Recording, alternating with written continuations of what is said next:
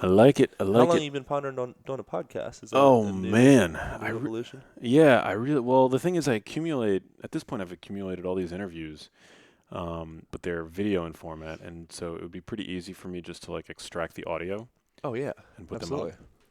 absolutely. But I also, some of them are edited, so I kind of want there to be a consistent, unedited feel. I really like your podcast. Thanks, I man. like that sort of seamless, unedited vibe. So I mean, It also gives you a really great window into having conversations, like intimate conversations with people that you just wouldn't have. We're so damn goal oriented with things sometimes. It's like we're meeting for a purpose. yeah, This, like I see it as like a therapeutic experience. yeah, it's cool. I mean, and you're already connected with such amazing people and having such great conversations. Why not record them just to let the world kind of be a fly on the wall, you Yeah. know? And the reason that I've been able to connect with folks that I have is because of the podcast. I've been True doing it for that. 3 years now. So So awesome. throughout that time, it's just been like, yeah, I owe so much to it, man. Really? Yeah. Wow. Yeah, for sure. So we got this book. Yeah, baby. So normally I do excessive amounts of research and all that stuff, but I found out literally last night that we're gonna do this today. Yes. So I don't know anything about the book, I love it. but I I'm like that. excited to learn about it. Cool. I'm excited to tell you about it. Genius Feuds. Feuds? Feuds. That's how do you pronounce that word? That's a different book. That's How do the you- follow-up. Okay, good. Yeah, You this pronounce is- that word foods. Foods. Okay. Genius Foods, baby. What's that shit all about? Man, well, so the last time I was here and the last time we had this conversation, and by the way, I'm super grateful to be back for a second time Of course, on your anytime, man. podcast, so thank you. Yeah, appreciate it. The first time I was on here, we talked a little bit about my documentary project, which is called Breadhead.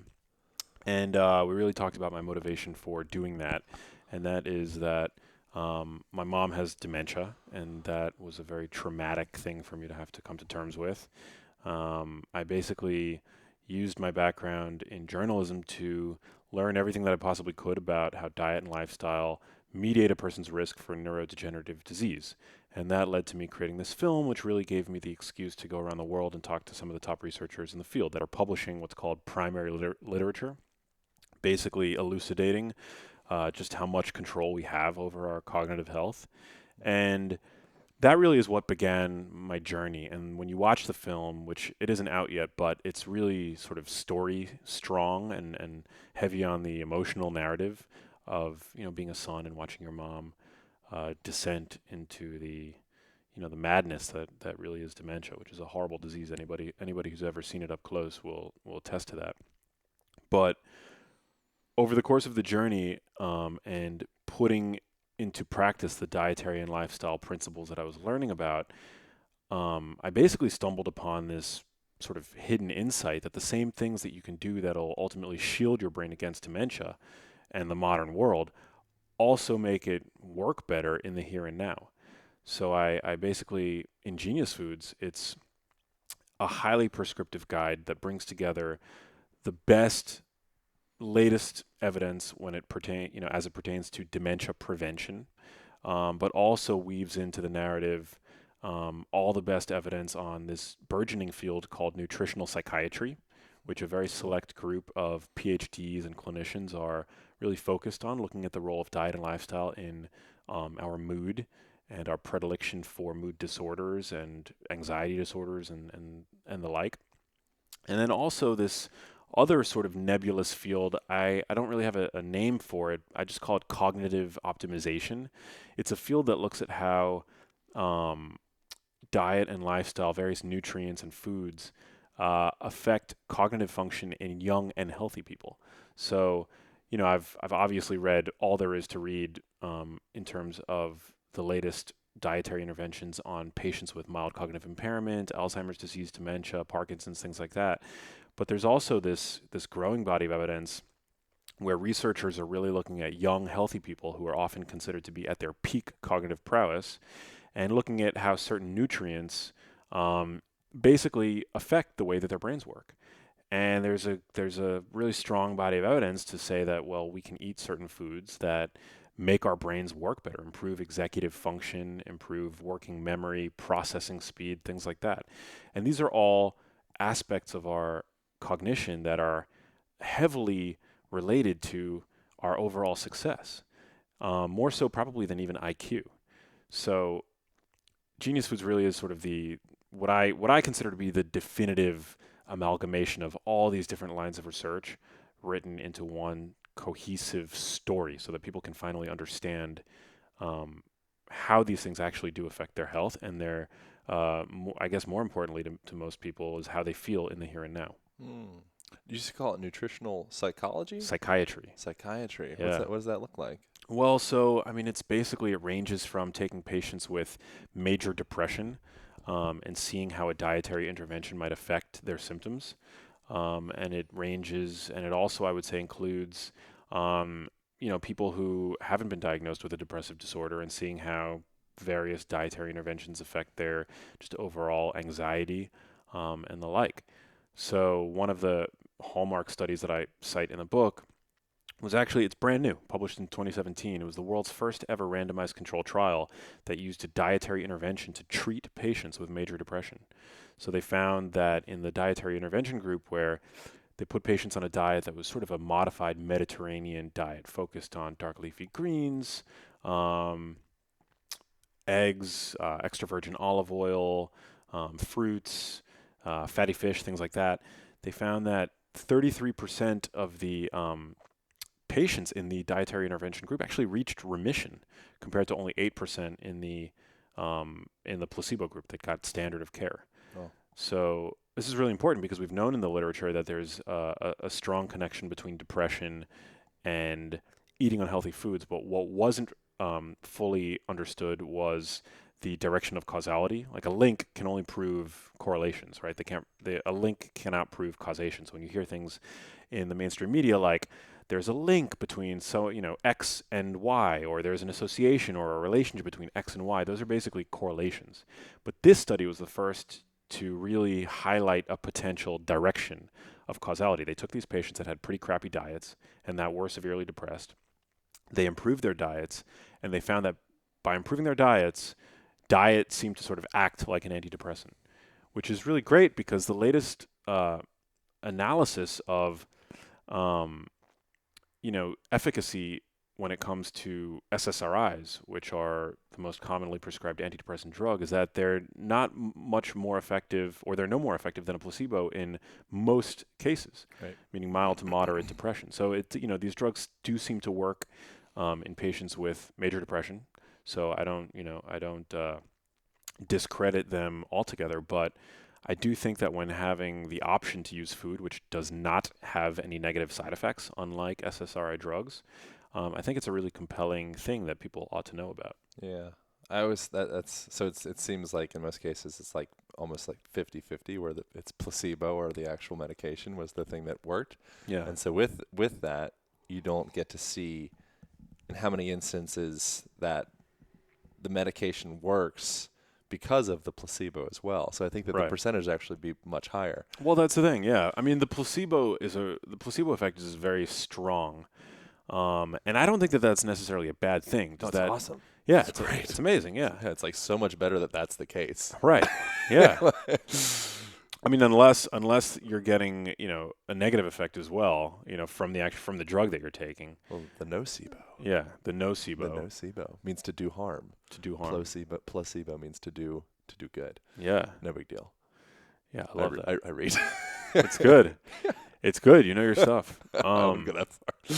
But yeah, SSRIs are, and I have all the things that I write about in the book, by the way, I have personal experience with. So I'm not just talking, out of my butt. Like my mother, before the diagnosis of dementia, a psychiatrist believed that all of her symptoms stemmed from depression. I think this is very common for women. The stereotype of the hysterical female, I think might at least partially explain the fact that why, 1 in 4 women in their 40s and 50s are on some kind of antidepressant drug.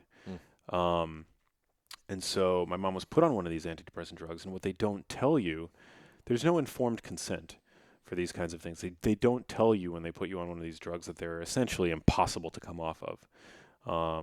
There's a whole website dedicated to helping people get around Zoloft withdrawal because it can be so difficult to come off of all the side effects.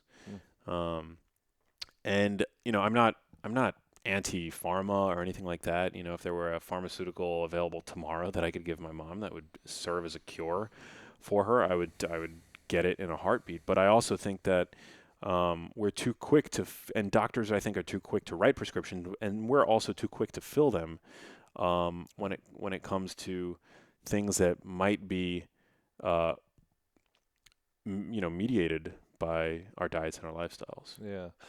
So what foods stand out for you that would not fall in the under the purview of placebo? Yeah. So, I think definitely.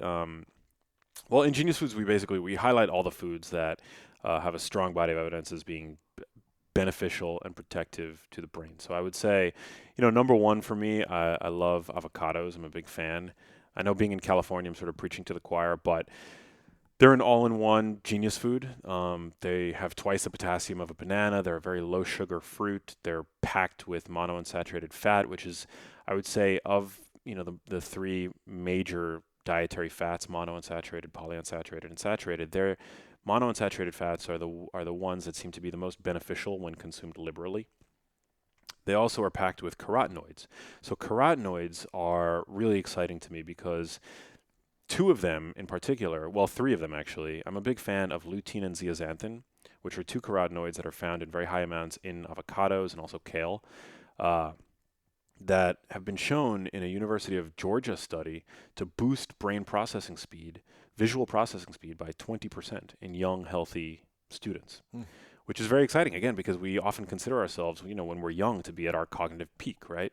But this offers the possibility that by eating foods rich in lutein and zeaxanthin, we might actually improve the way that our brains work in a really sort of, I would say, effortless and also side effect free way. Usually there's no such thing as a biological free lunch when it comes to affecting the way that our brains function. But when that might be as easy as eating an avocado, I think there's no risk, all gain. Yeah. Um,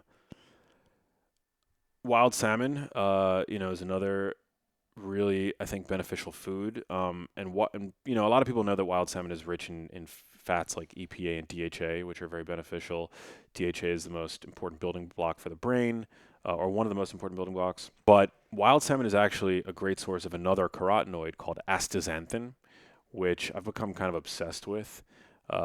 Astaxanthin is a marine carotenoid, so unlike lutein and zeaxanthin, which are found in colorful plants, astaxanthin is found in lobster, crab, shrimp, krill, and wild salmon is what gives wild salmon its like rich, characteristic red color. And it's been found to be very good at promoting neurogenesis, shielding your neurons from oxidative stress and free radicals. Really beneficial to eye health, and actually also really good for the health of your skin too. Which Are is interesting. vegans lost? Like, what's this? Because I know Yeah. some people that are vegetarian that seem pretty healthy.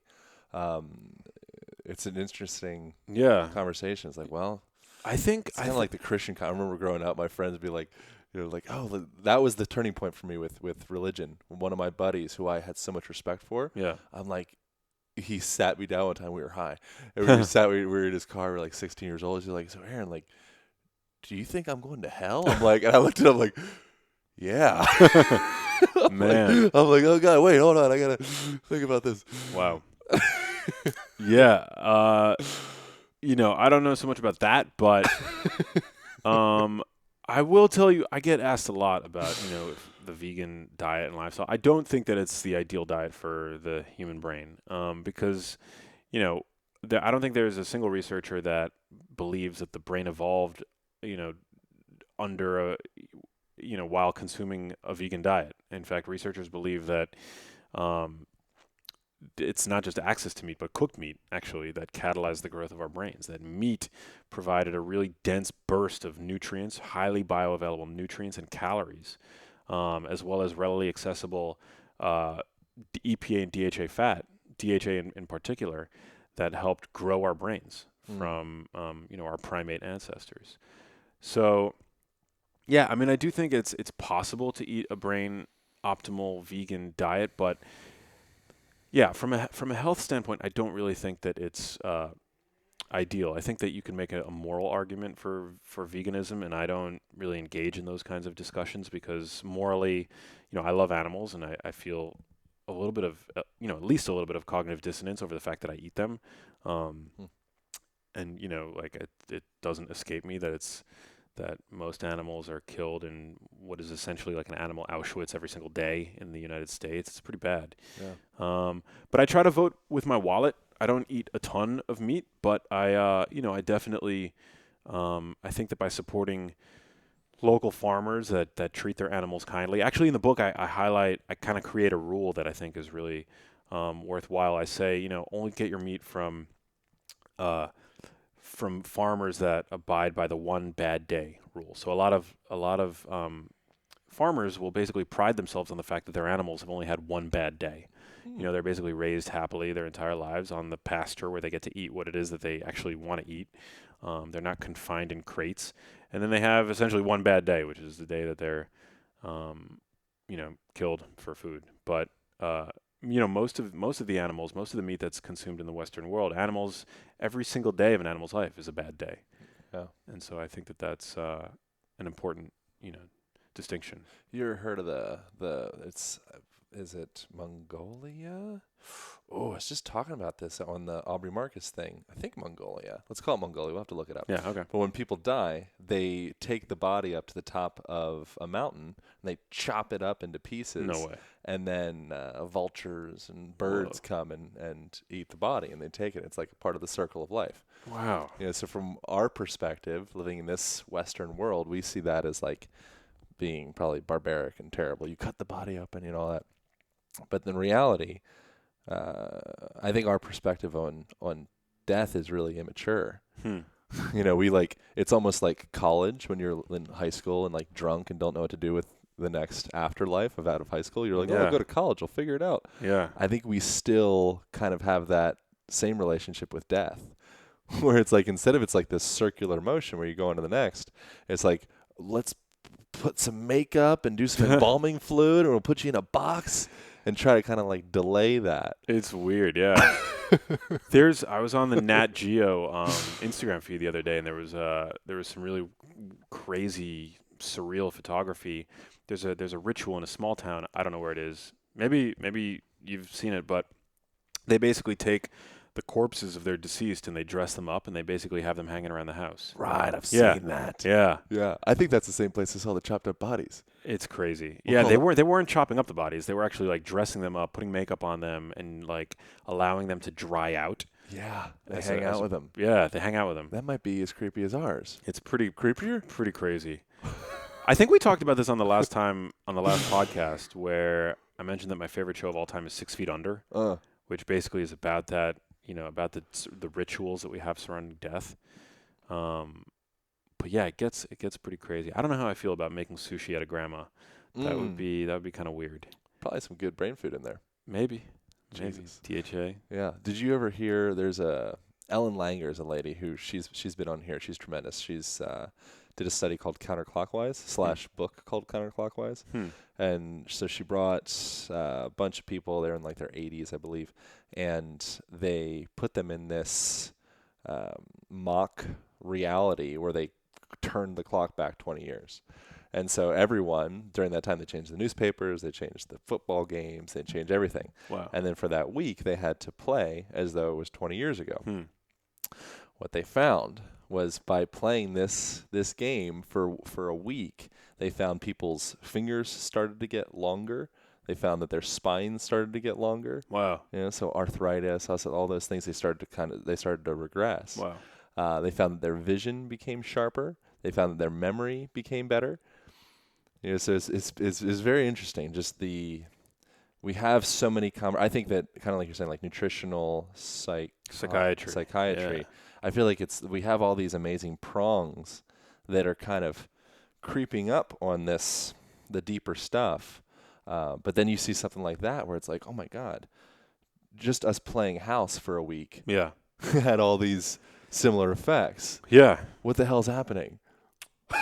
it's super interesting. I mean, that's why there's. I mean, the healthy lifestyle is so multifaceted. Yeah. Like people, and I love that people, there's these superheroes in the space, like focus on these like little niche areas. Like you're one of them, like focusing on movement and the functional lifestyle. I think it's incredible. I happen to geek out hardcore on nutrition and various aspects of lifestyle, but I think you at the end of the day, like they're all such important parts of the puzzle. I Mm. mean, if you could be eating the best diet ever, shopping at Whole Foods or whatever, wherever you get your organic food, healthy food, while being incredibly lonely and depressed, which loneliness has been shown to actually change the expression of your genes.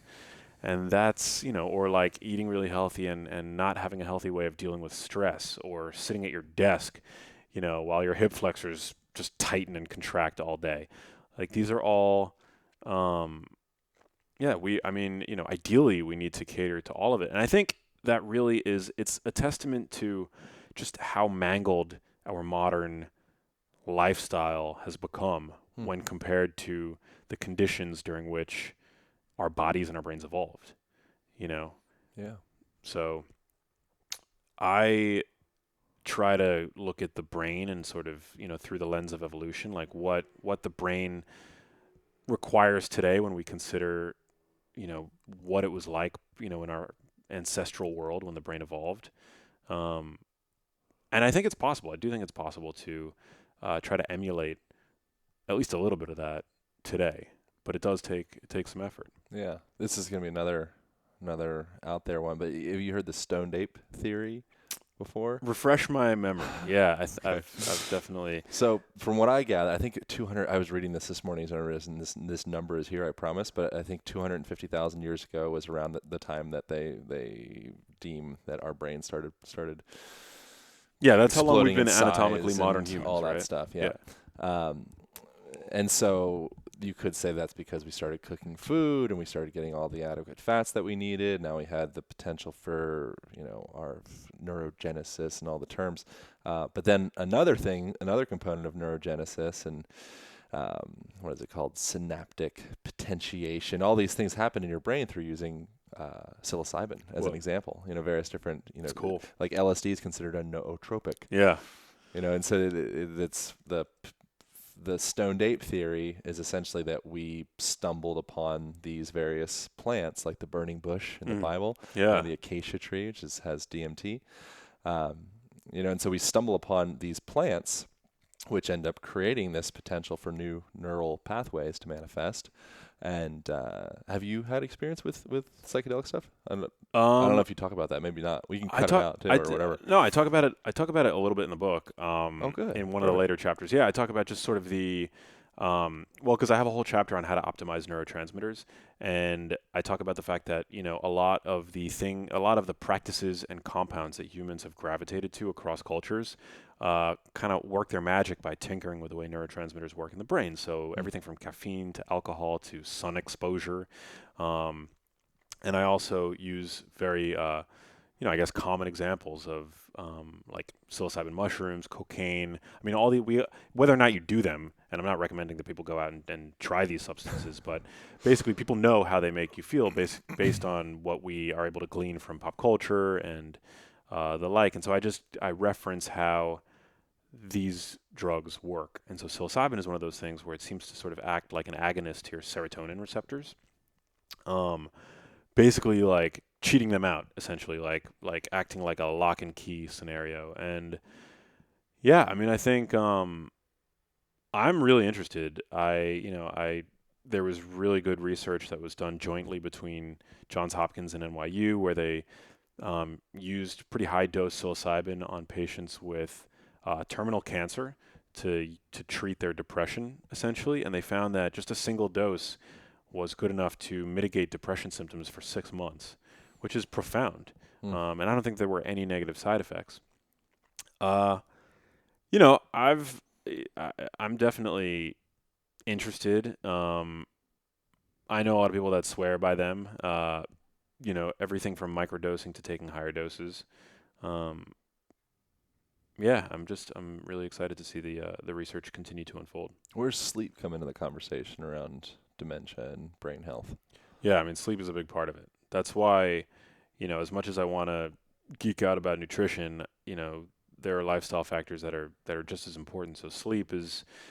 They've recently discovered this system called the glymphatic system, which they've named because it kind of resembles your lymphatic system, which is the network of ducts um, and vessels throughout your body that basically acts as a sort of waste disposal system. This system actually becomes active when you're sleeping, and it swooshes cerebrospinal fluid around, cleaning your brain of these proteins, these toxins that build up during the day. So one of them is this amyloid precursor protein that is associated with Alzheimer's disease because it can clump and form plaques that are characteristic of the disease. And so it's been found that by sleeping, our brains actually become sort of like a dishwasher. Yeah, I say a douche. A douche, yeah. Douching out the beta amyloid plaque. Douching It's out probably the not an accurate analogy. And beta amyloid plaque, that's not how you say it, is it? amyloid plaque, yeah. Amyloid. Beta amyloid Why plaque, do I yeah. say beta? Is beta right? It's people say amyloid beta, beta amyloid. It's pretty interchangeable. Yeah. But yeah, beta amyloid is the protein. So we're douching it out. We're douching it out. Very important. Good. Yeah, sleep is really important. I think they have observed signs of neuronal injury, like injury to your brain cells after just one night of poor sleep. It's really important, and it's also important not just in terms of its direct impact on the brain, but in terms of regulating your hormones, which are basically the master controllers when it comes to your cravings. So this is really important because, dietary change is one of the most difficult things for most people to do. And we like to think that we have free will, right? And making a change is as simple as just using your willpower. But for the most part, our cravings are dictated by hormones, which are these chemicals that are secreted in one part of the body and have an impact on somewhere else in the body. They're like long-range messengers. And just having one night of poor sleep, your hormones become dysregulated, and most people end up consuming about 400 to 500 calories additionally the next day. You become essentially pre-diabetic temporarily after one night of poor sleep. So, it's really, you can't mess with sleep. Sleep is sacred. So if we put the blame on hormones, which that's not what you're doing, but if we did that, then the question would be what dictates the hormones, and then there's other more abstract perspectives on that, like how posture affects our hormones. So this I've said this probably too many times on this podcast, but there's the study where you're in the hunched over position, 2 minutes, saliva samples, testosterone ends up going down, cortisol, stress hormones end up going up from being in those positions. Wow. The inverse happens when you're standing in a strong, upright, superwoman position. So it's just interesting where it's like, oh, it's the hormones, and it's like, well, that's the food, and then it's like, well, but it's also posture, and then like, oh, and then there's also the environmental effect. Yeah. So it's all related.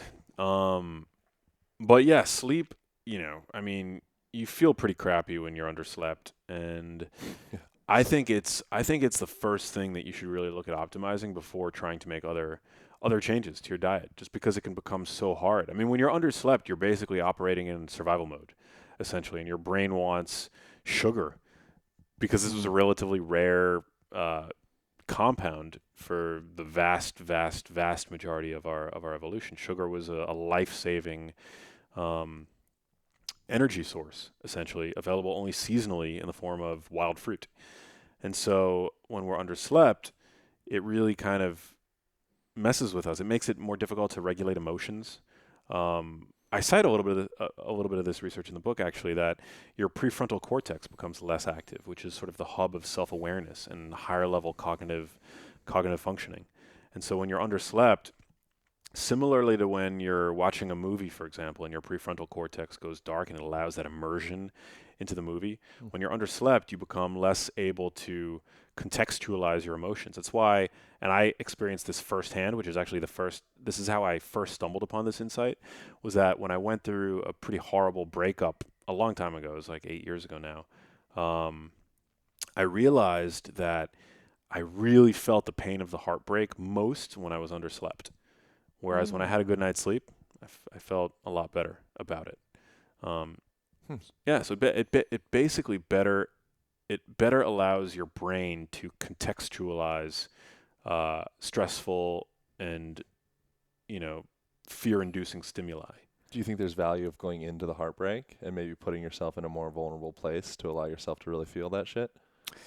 I mean, probably if you're a masochist, yeah. I mean, there's got to be some value to it. But, I mean, conversely, that same thing I've found to be, it's interesting because I would say that in many ways my performance is at the top of its game when I'm well slept.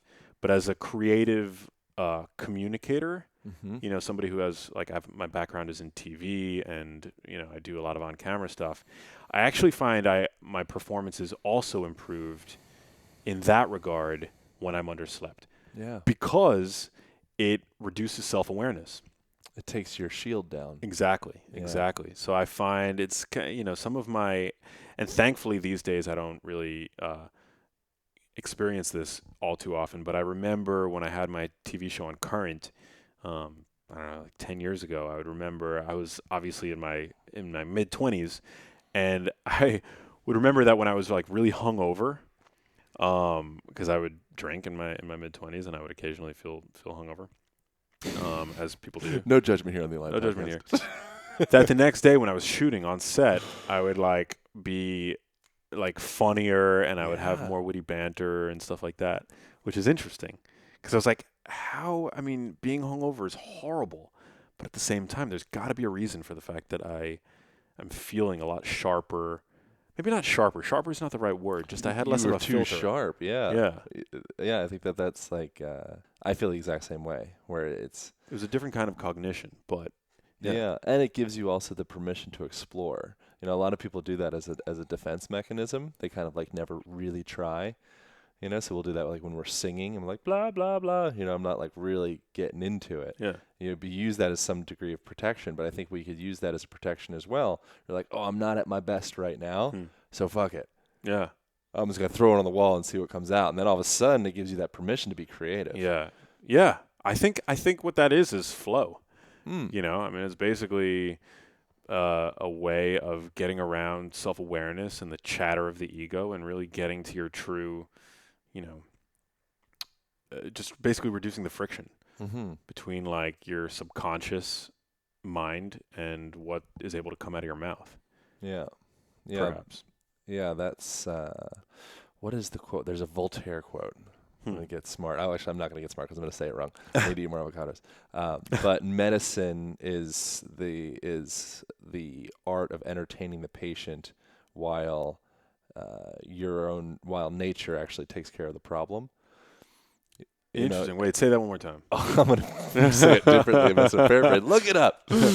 So medicine is the art of entertaining the patient while nature actually cures the disease. Interesting. That was pretty close, I yeah, think, actually. Yeah. I think it's on something. Wow. So I think that's a lot of the stuff that we're doing in like the we were talking about biohacking quotations beforehand. Yeah. Like, what do you think of biohacking? I'm like, well, I think it's ridiculous. But I think that a lot of the stuff that we're doing, we're just doing this song and dance, and it's all shamanistic ceremonies. I wave the feather over, I do the little bells, I have the oil. That's all the same. I have this super potion coffee in my hand right now, and it says right on the label what it does for you. Boom. Let's get started. It's happened. It's already happened. You read the label. Well, I think, I think like you and, I'm sure other mutual friends that you've had on the podcast, I think, and I would put myself in that category. And I think that like we are the equivalent of like the modern day healers, because you don't, and I have utmost respect for the field of medicine, but you don't go to see a doctor, especially in the Western style of medical practice, to be healthy. You go to be not sick. You go to be not broken or not injured or not infected. Usually the way that medicine works today is you go if you're not feeling well for whatever reason, and they usually prescribe some kind of pharmaceutical drug to treat the symptom that you're experiencing, whatever that is. But at the end of the day, every person is their own N of one experiment, and what you're doing with your podcast and your platform is really inspiring people to go out and see what works for them, to tinker with their own health and to indulge in healthy practices. And, maybe we don't have the randomized control trial to um, prove, in under scientific scrutiny that certain things work, but we might never have those kinds of studies, Yeah. And at the end of the day, I mean, science is like, let's just look at the randomized control trial, which is hailed as being the gold standard of medical evidence. We can't prove anything unless there's a randomized control trial that exists to prove it.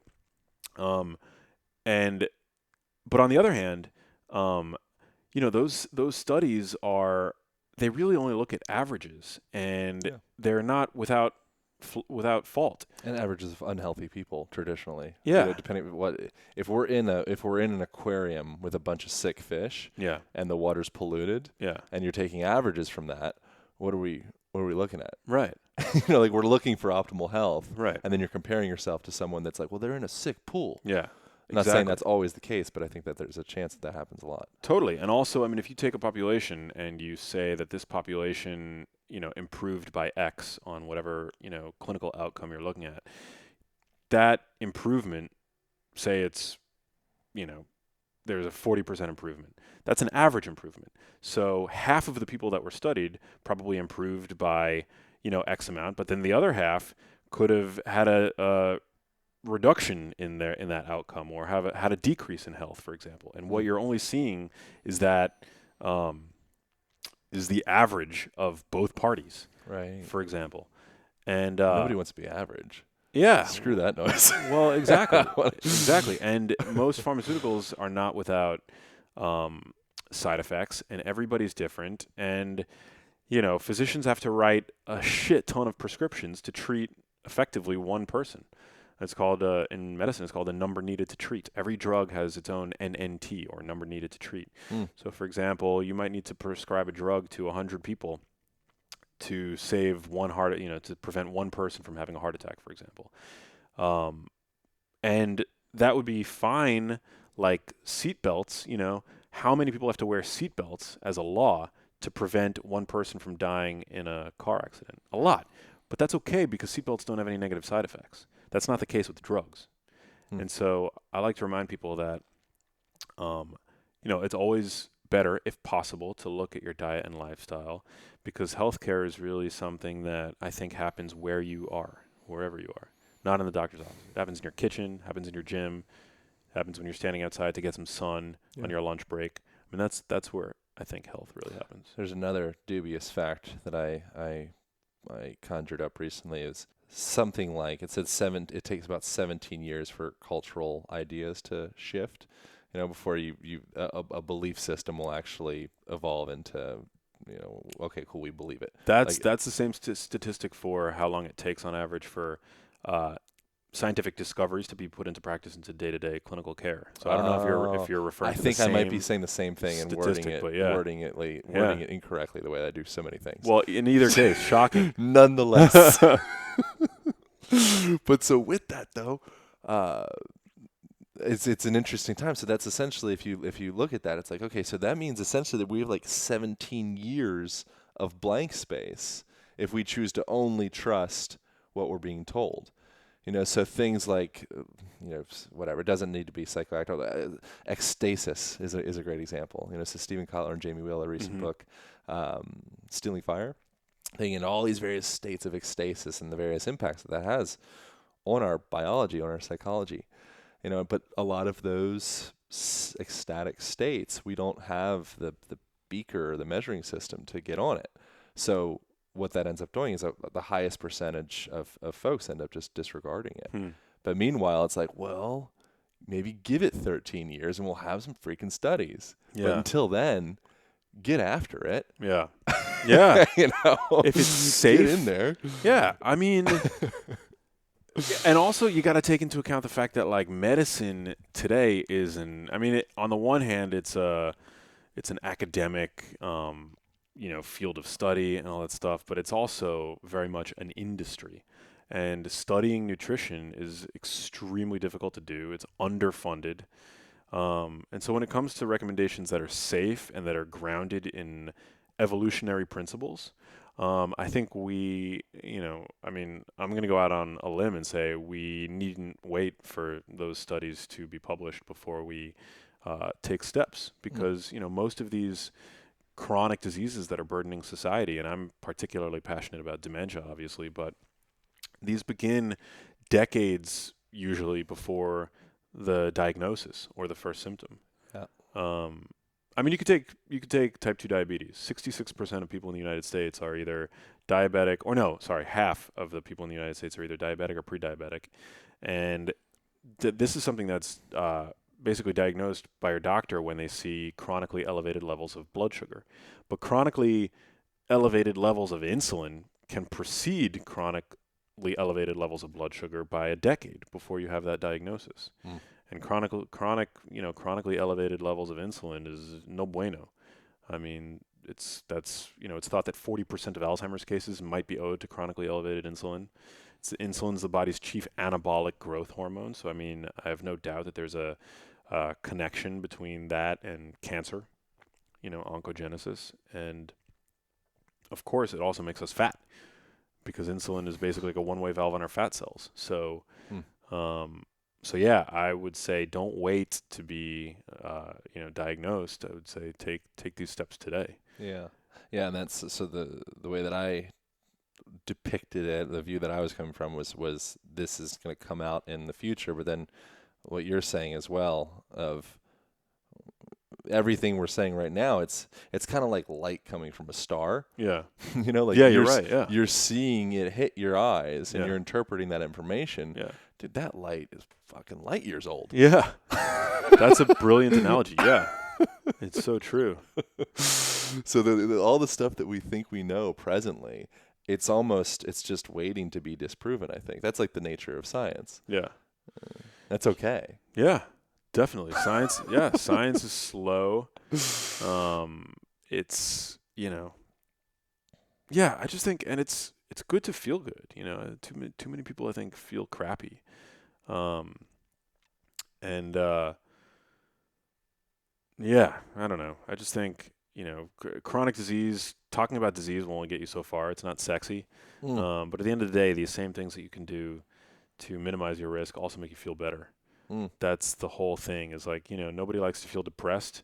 What if you can change your diet in a way that makes you feel happier? What if you can change your diet in a way that makes you feel less anxious about life? I mean, certainly we're living in anxiety-provoking times, but there's no question that eating poorly, to me, can help promote undue anxiety, and that's not something that I think people should live with. What have you gathered from doing like the Dr. Oz show and all that stuff? What have you learned from that environment? Like, what is that like? Yeah. Like, okay, you have 5 minutes to do something.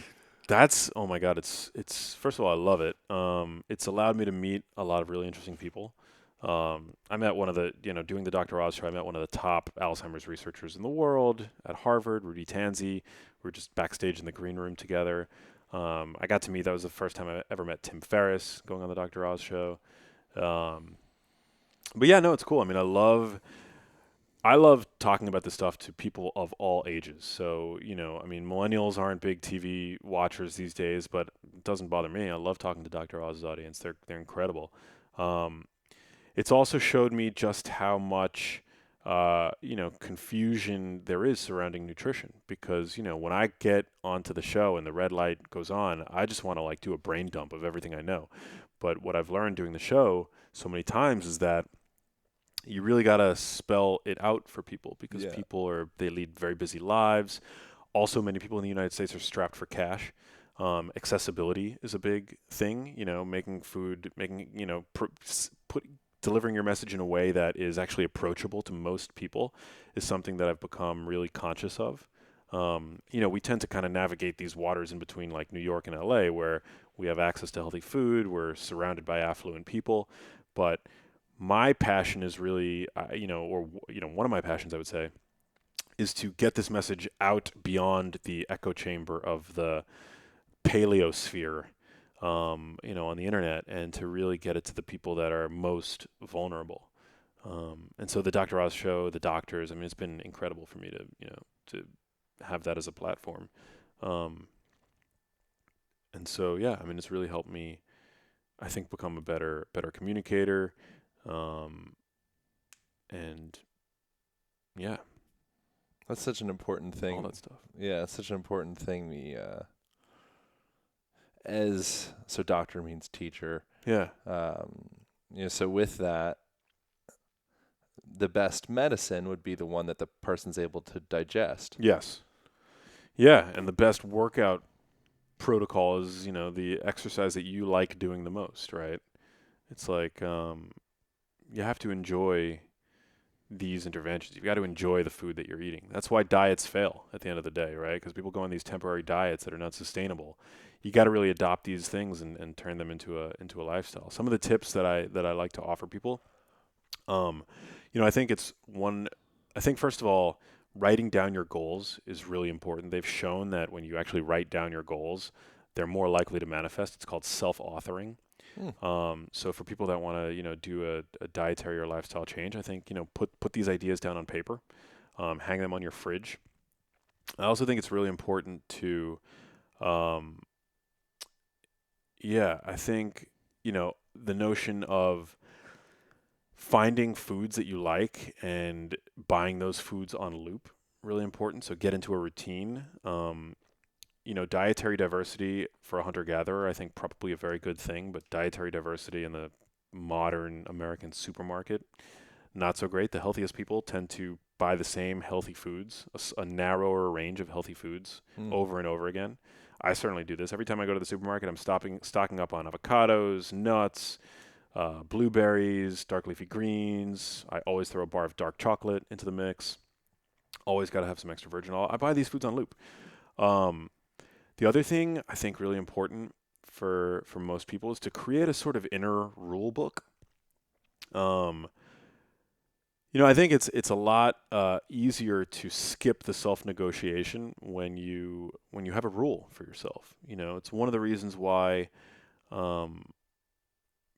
people that are, it's kind of a running joke on the internet, but if you're gluten-free, if you're vegan, if you're paleo, people tend to adhere to these diets religiously. Because they've basically adopted them as identities.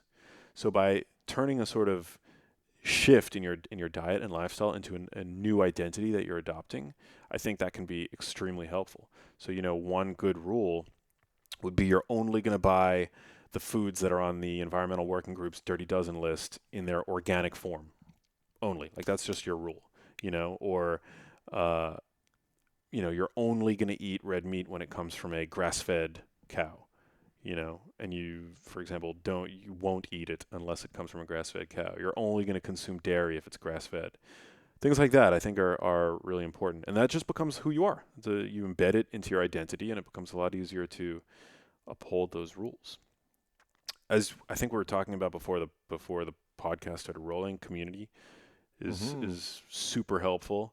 I think people, we live in a time where it's so amazing that we're able to build communities, that transcend geography around our passions and our interests. So use your community to support you. But sometimes we can also dilute our communities because they've transcended that tribal connection where we actually have time to be with each other. That was a part of what I was saying with the community thing. I think it was actually a separate part. But, we recorded this part. We were saying like, I find the podcast to be therapeutic. Yeah. Because it's like, oh, cool, we're like working right now. Yeah. Kind of. And so it's like, cool, we're going to just drop in. Yeah. And just have a conversation. Yeah. And that's the whole intention, is just to see where we can go and like feel good and feel relaxed and comfortable, explore. Yeah. Like how often do we just don't feel like we have time, and so we end up everything ends up being very do-based. And I think even relationships can become do-based as well. How does this relationship serve my thing? Yeah. I mean, I think every relationships shouldn't be transactional at all, but I think they are though. Well, it's always, I think it's not naive to say that we always, we're in relationships with people that we benefit from, in some way, right? I mean, everything that we do, we benefit from in some way. Otherwise, we wouldn't do them. Mm-hmm. I don't think. I notice as you're talking, you have a I think more robust vocabulary than I do. And so as you're speaking, I'm like, oh, cool. I'm kind of like gathering some stuff. We learned 2 words already today, right? Well, you learned a word and I learned a word. I've already used it. Purview. Yeah. Probably used it incorrectly. Rewind the podcast. Purview, bespoke. Bespoke. What is? Can we define bespoke? Bespoke means custom. So if you have a bespoke career, like you have a bespoke career, I have a bespoke career. Yeah. Yeah, I think that's cool. Yeah, words are great, man. Did you know in Vietnam, I've mentioned this one as well, but in Vietnam they don't use the subjunctive form of I don't know what that grammar. means. What's this? I don't know what it means either. Move on. I was hoping you were going to tell me. so Subjunctive form. So subjunctive form is if I would have been there, I would have kicked his ass. Interesting. Oh man, if she would have said that, I would have fill in the blank. So I would have. Yeah. So Americans, Westerners in general, we tend to live a lot in that I would have. It's so interesting. I love language, words, and this is something I've become like obsessed with. And when I think about myself, having a big vocabulary is not a way that I would describe myself, but I think I'm obsessed with using words in their purest form and knowing, and because I think that a word is a device. A word is a form of technology. We've created these little devices, and we can use them in very specific ways. And there's a perfect word for anything that you're trying to convey or phrase. And I think it's really fun to try to come up with something and then try to find the perfect word. If I misuse a word, and I do this on podcasts all the time, but if I misuse a word, I'll go back and I'll restate the sentence. I don't just bulldoze over the word.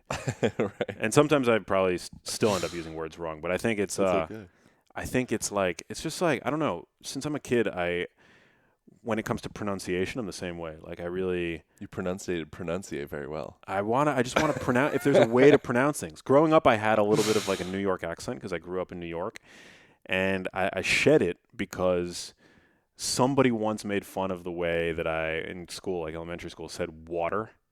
Oh yeah, East Coast style, water. Yeah, I would say water. W-U-D-D-E-R. Yeah, me too. But then I think since then I've started saying water or something. I don't even know how to say it anymore. Yeah. Now that we're ultimately it doesn't matter. But going back to words and definitions, I think it's basically words are what you use to program the brain of another human being. I mean, it's there's computer programmers. I think the legal profession is a form of programming. You're programming relationships with words. So the words that you use in a legal document are really important. And so too when you're speaking, the word that I use can have a very, specific effect on your brain and the way that you think about things. And it's just so cool to me. Yeah, I'm very cognizant of that with working with clients. And so one thing, this isn't necessarily related to clients, but it could relate to anything. I pretty much avoid the word but. Just don't say it. Most times when you're going to say this, but, unless you're using it for effect. Yeah. I intentionally swear sometimes. I think I've sworn already probably 5 times. Yeah. In this. But each time there's intention behind it. Yeah. The intention is to lighten the mood up, get us at a fact-based conversation. Yeah. We're just bullshitting. Yeah. So it's kind of okay, cool, permission granted to kind of I think it's drop down. Super smart. I think it's a good example of using your words impeccably and using them sort of like a limited resource, like cash. You wouldn't just throw your cash around, right? Using words, especially words that are as powerful as curse words, and are as evocative as curse words, using them really deliberately.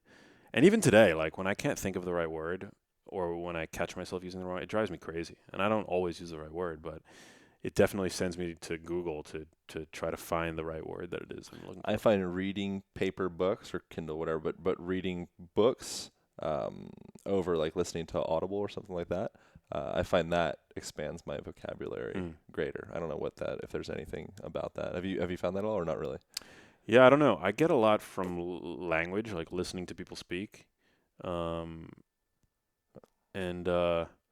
reading. Yeah, I love to read, but I'm definitely much more of a verbal learner. I think there's something. I think probably just different learners. I think there's something about seeing it, and then if I don't know a word, I'll rewrite it. I'll highlight it, so it just adds that affirmation. Yeah. Whereas if I listen to it, it's slipperier. Hmm. You know what I'm saying? Yeah, I wonder. I mean, it's been a process trying to figure out the best way that I learn. My grades were not great in school, which is like, I've always had a passion for health and science, but I always struggled to make good grades. And I think that's in part due to the fact that, we go through these assembly line educations and people just learn differently. Right. If I had to do it all over again, I'd be like, look, teach, I need a standing desk or treadmill desk. Dave, yeah. We need a blowjob. We need a fluffer in this classroom. We need a fluffer. That's terrible. We haven't instilled that in the system yet. Where'd you go to school, man? Pennsylvania. I'd get the boot. Yeah. Like if we had things like Audible growing up, it probably would have been a lot easier for me. I definitely struggled. But movement is really helpful with consolidation of memories as well. So if you read something, if you learn something, I'll notice this. Yeah. I'll inadvertently do this while writing. I will, I'll like have the stuff will come out. I'll be researching, trying to put stuff together, connect ideas, and then I'll like have to take a walk. And it'll be not like I'm like thinking so hard or whatever, but I'll feel this sensation of almost like blowing off steam. During that time frame, you're also you're doing contralateral movement. You're doing this like crisscross pattern, integrating hemispheres of the brain plus everything else that's happening. Yeah, but it allows you to kind of take that information and actually like permeates. Definitely, there was good research that was published, I think in 2017, where they took Japanese students that were teaching a different language, and they had them ride on a bicycle, like an aerobic exercise bicycle, while they were learning. And they found that the exercisers, when compared to the controls, I think it was like 6 months later, had retained what they had learned much better than the people that learned it statically. And they've done very similar research on children, where children that were taught on a standing desk did better than children that were taught sitting. I mean, amazing research, and really highlights the fact to me that that we're meant to move. I think, and everybody's different at the end of the day, but exercise definitely can help you, just in terms of focus, attention, and as it turns out, apparently retain what you're learning as well. Yeah. Sweet, man. We probably need to wrap this thing up. 58 minutes. Look at that. Wow, exactly an hour. I had a sense. Well, it's 120 seconds off technically, but I kind of had an inkling. How do people? Well, it will be in exactly an hour because you're gonna still say some more stuff. How do people find your thing and do all that stuff? How do people get the new book? Sorry, I think that was great, but we went down some wormholes. Dude, back awesome. to Genius Foods. Back to Genius Foods. Yeah, anywhere books are sold, pick it up. Genius Foods, get one for yourself. It's designed to be a treasure trove of information. Lots of sidebars, and you could read it all the way through, which I hope people do, but you can also treat it as a reference. It's also fun to read. I really took great, effort into making sure that it's told like a story, and that there are ample analogies, and that there's humor. It's actually a unique book because there's a ton of pop culture references in it. Because I come from a sort of media background. I wanted to sort of pay respect to that. So Genius Foods, and then I'm all over social media. So Instagram, Twitter, Facebook. Come find me, say hi. Cool. What is your handles in there? At Max Lugavere. Bam. Boom. Thanks so much. Dude, thank you. Recording terminated. 59 seconds. No, 59 minutes, 14 seconds. Bam.